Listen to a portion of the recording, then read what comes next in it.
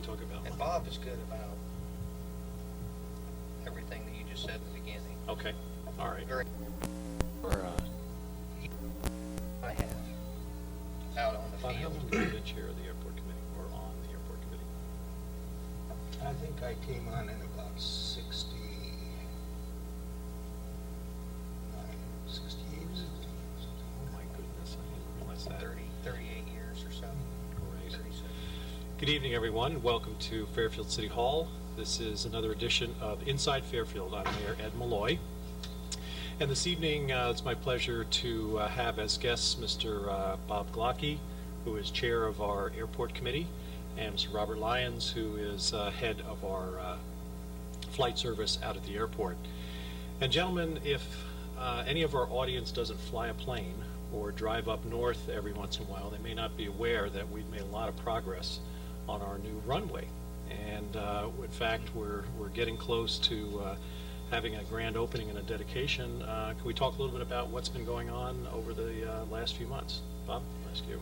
Well, the last few months has been the paving of the runway, 100 feet wide, 5,500 feet long, 8 inches thick, Yeah. and lots of concrete.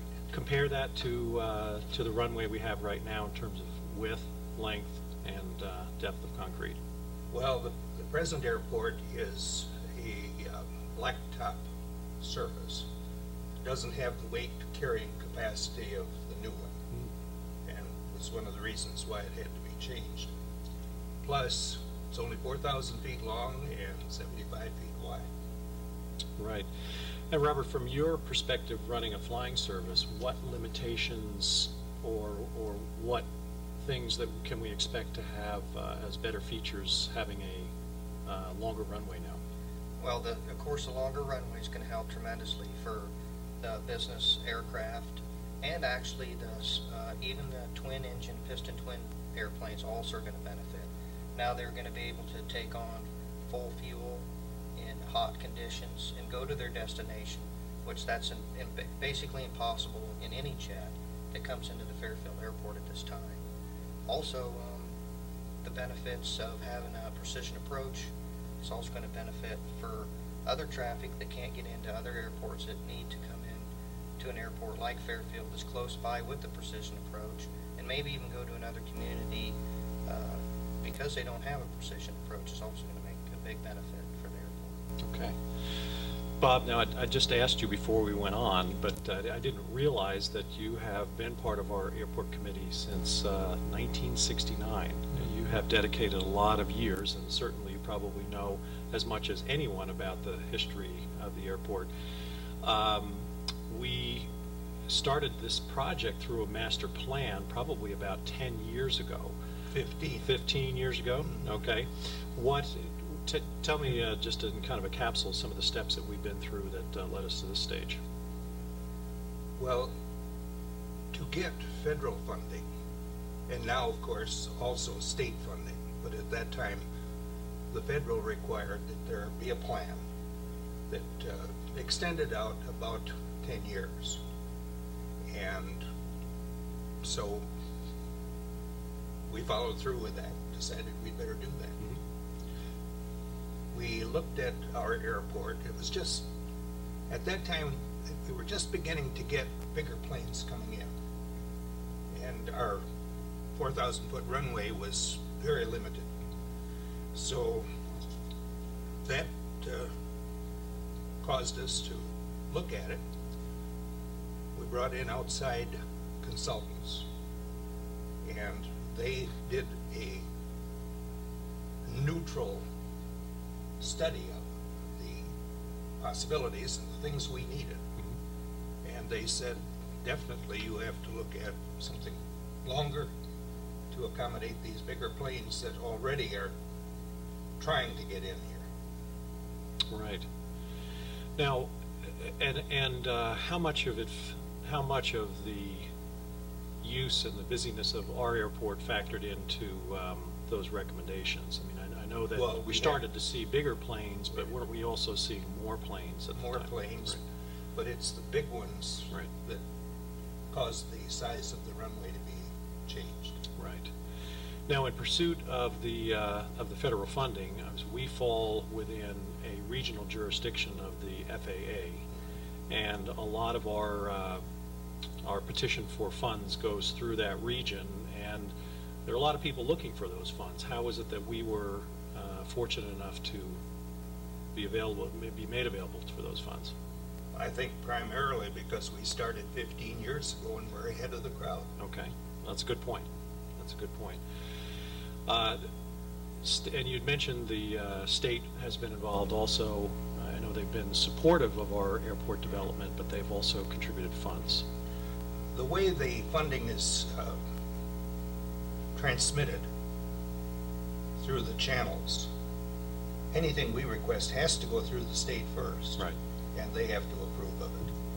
So the state has helped us tremendously. Great. Now, Robert, we have some pictures here of what has taken place in terms of construction. I think we'll have the camera take a look at those now. You put it together, so could you describe for us what some of those photographs that we're looking at? Yeah, from the left to right, starting at the top, Bob and I, over the last 3 years or so, we went up and have taken actually hundreds, if not 1,000 pictures of the whole project. And I just started out with the very beginning of the dirt work construction, and then as it follows, when they put the fly ash down, which was a major undertaking, they mixed that with the clay as a base. And then the next picture, I believe, is when they were putting the underlayment down right on top of the fly ash and clay.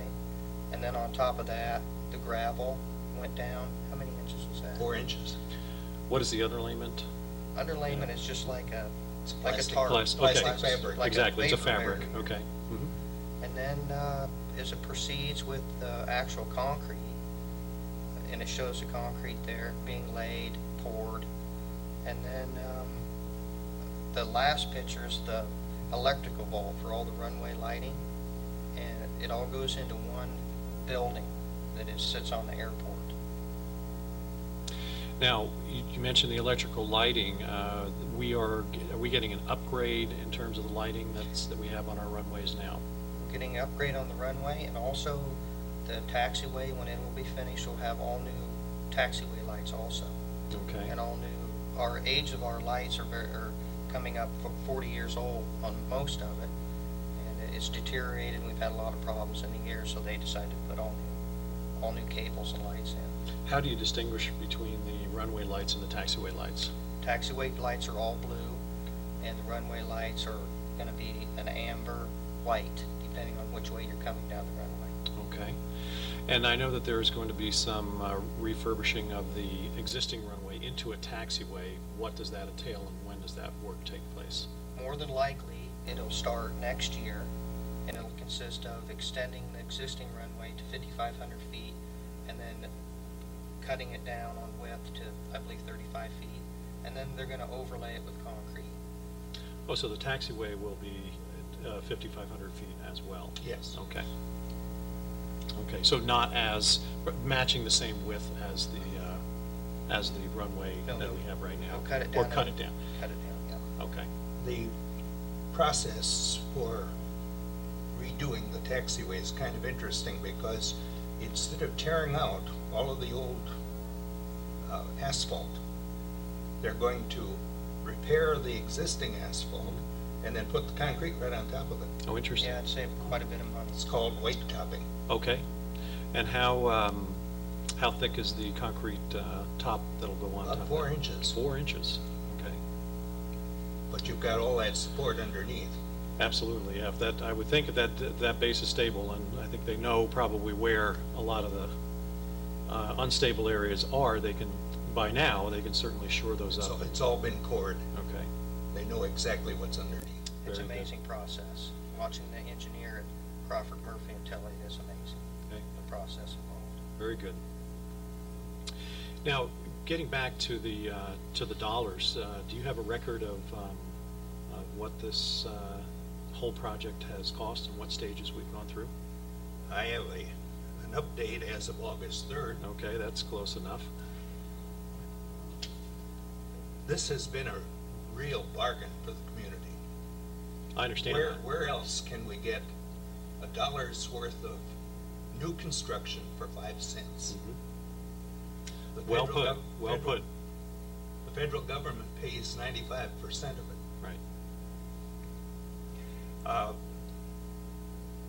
I think at this point, all of the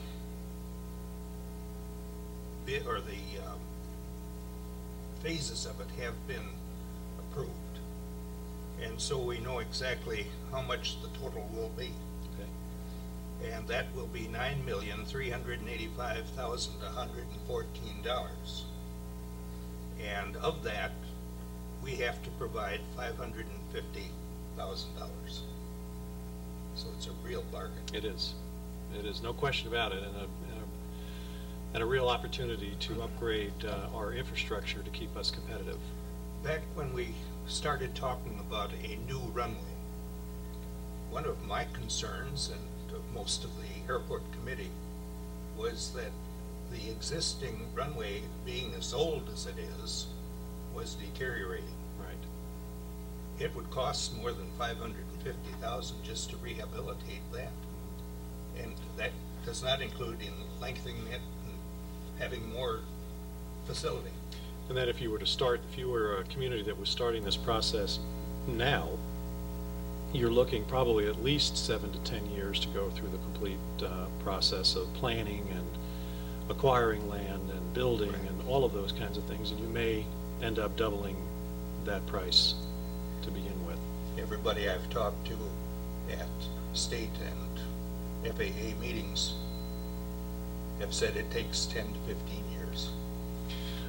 I wanted to share one story that I think I've shared with you, but at one point, as recommended by our engineers Crawford, Murphy, and Tilley, I took a trip to Washington, D.C. to meet with the head of FAA planning for the entire country.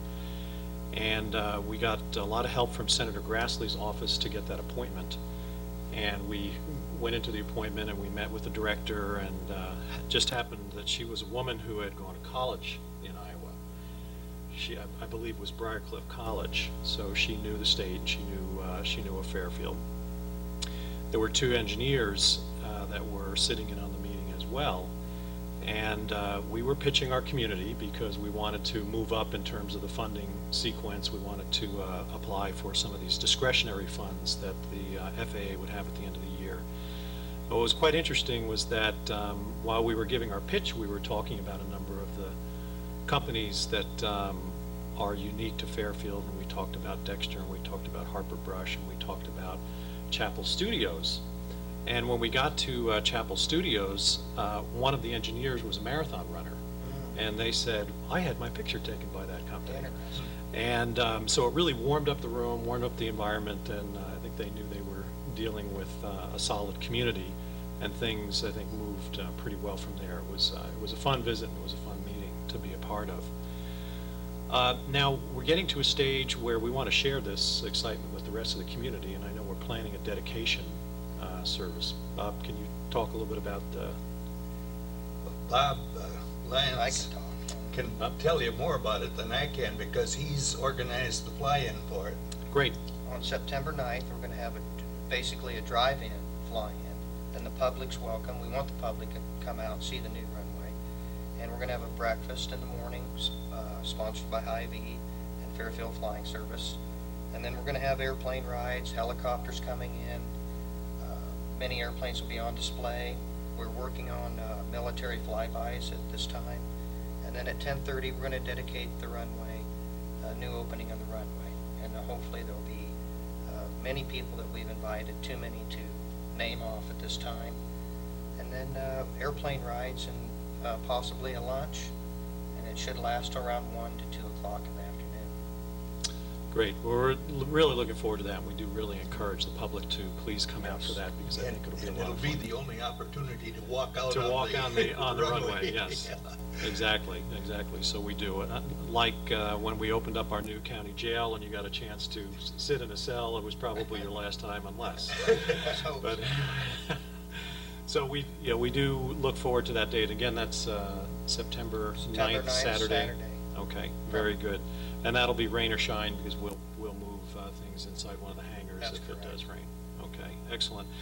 Now, Robert, let's talk a little bit about going forward. Can we use this to promote our airport services in some way that will, in a sense, market it so that people understand? How will we go about doing that? Yes, I've already been involved in that over about the past year.